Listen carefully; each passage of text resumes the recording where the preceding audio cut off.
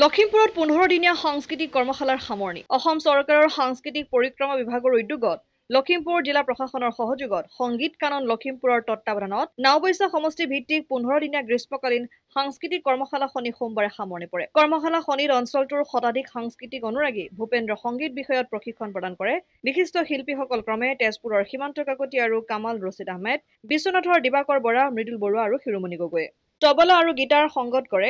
সংগীত কানন লখিমপুৰৰ তবলা বিষয়ৰ শিক্ষক কল্যাণ দত্তই আৰু গীটাৰ বাদক ভাইটি ৰহমানে। কৰ্মশালাৰ সামৰণি অনুষ্ঠানত জিলা সাংস্কৃতিক উন্নয়ন বিষয়া ৰাজীৱ কৈৰী, সাংস্কৃতিক কৰ্মী ননী মাধৱ দত্ত, শিক্ষক দ্ৰোণ দত্ত, প্ৰশান্ত শইকীয়া, যুৱ নেতা হিমান্ত দাসৰ লগতে বহু সংখ্যক শিল্পী আৰু সাংস্কৃতিক কৰ্মী উপস্থিত থাকে। কৰ্মশালাখনিত সুধাকণ্ঠৰ ২৬টাকৈ গীতৰ ওপৰত প্ৰশিক্ষণ প্ৰদান কৰা হয়। সংগীত কানন লখিমপুৰৰ অধ্যক্ষ তথা পৰিচালন সঞ্চালক দেৱ দত্তৰ সামগ্ৰিক পৰিচালনাৰে আৰু নৱজ্যোতি সংগীত বিদ্যালয়ৰ কৰ্তৃপক্ষৰ হৈ সম্পাদিকা নৱনীতা বৰা, সভানেত্ৰী জবা দত্তৰ দায়বদ্ধতা সুলভ সহযোগিতাৰে নৱজ্যোতি সংগীত বিদ্যালয় পানীগাঁৱত অনুষ্ঠিত কৰ্মশালাখনিৰ সামৰণি অনুষ্ঠানটিত প্ৰতিগৰাকী প্ৰশিক্ষাৰ্থীলৈ একোখনকৈ প্ৰমাণ পত্ৰ প্ৰদান কৰা হয়।